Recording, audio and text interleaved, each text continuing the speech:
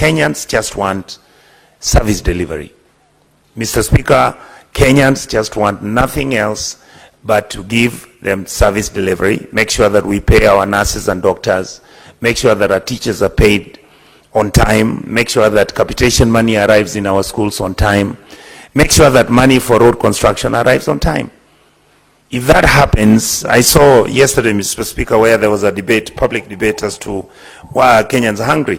Angry. I don't think Kenyans are angry. Kenyans just want service.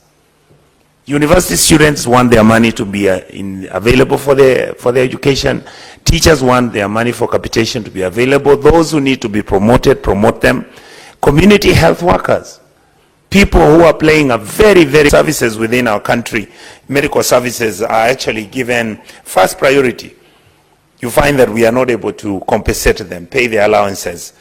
As you had the Secretary General, ODM, my leader, Honorable Sifuna, talk, he has said here very clearly, for the last 3 months, we've been having members from the medical fraternity coming to the gates of the Senate to make noise why we are not paying them, why we are not honoring their CBAs.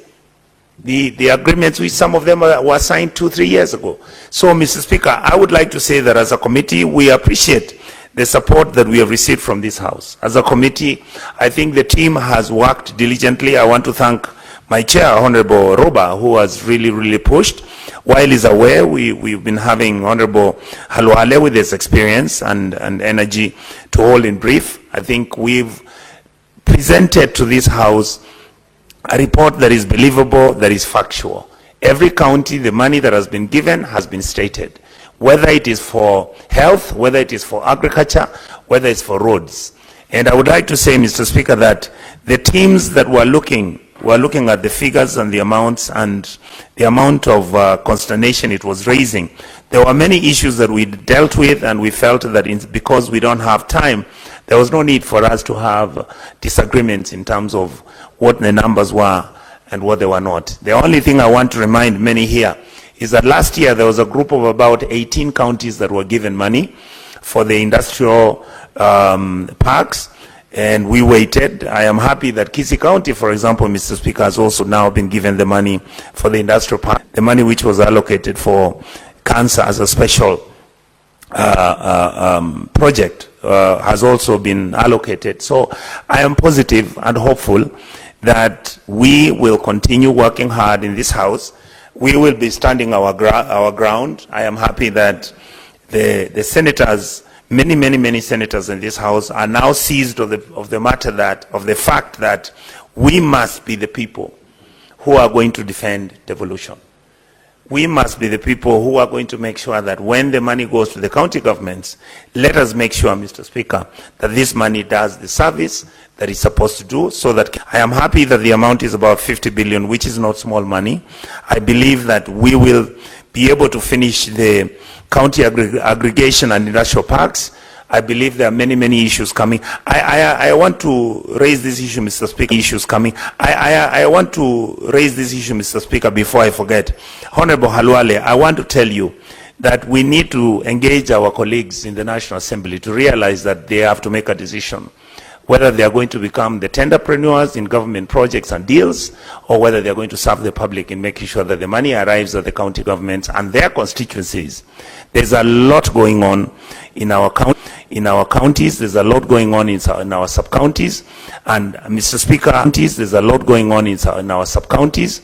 And Mr. Speaker, my honest observation is that unless we begin to become prudent, and we need to deliver services to our people. Speaker, you had Honorable Halwale mention, is the fact that yes, fines are collected by the courts, and then these fines are supposed to be transferred to the consolidated fund. What we realize for the last 3 years that we've been looking at these figures, we have actually never had anybody say whether there was an audit done on these fines, whether the money is still being domesticated at the judiciary, or whether the money was transferred to the consolidated fund and budgeted for other purposes. I believe this would be a good call, because even if this money may not be so much, any money right now is needed in our republic. And I hope that we will continue to make sure that we maintain prudency and dignity in making sure that our resources are utilized effectively, fairly, equitably, and prudently. And this issue, another matter that I would like to finally engage in and explain to my colleagues in this House, we have been conducting audit report, and I would wish that my colleagues deeply look through, particularly this Senate. It is your responsibility to try and save the county governments, because they are really, really in trouble. Finally, we need to come up and solve this problem of where all governors, and indeed they are correct, that there is always late disbursement of funds from the exchequer. That matter must be sorted out, because, Mr. Speaker, anytime you delay payments of a trader or a business person who was a supplier, naturally you understand what that means. It means that his loans are either not going to be serviced. You're going to find some of these people have been auctioned in several counties. Some of these contractors have died, and Mr. Speaker, governors are no longer paying pending bills, because now they're paying for the companies that they're using to do business for themselves. Second, and I hope that it will be expedited immediately so that the money can be sent to the county governments. Thank you.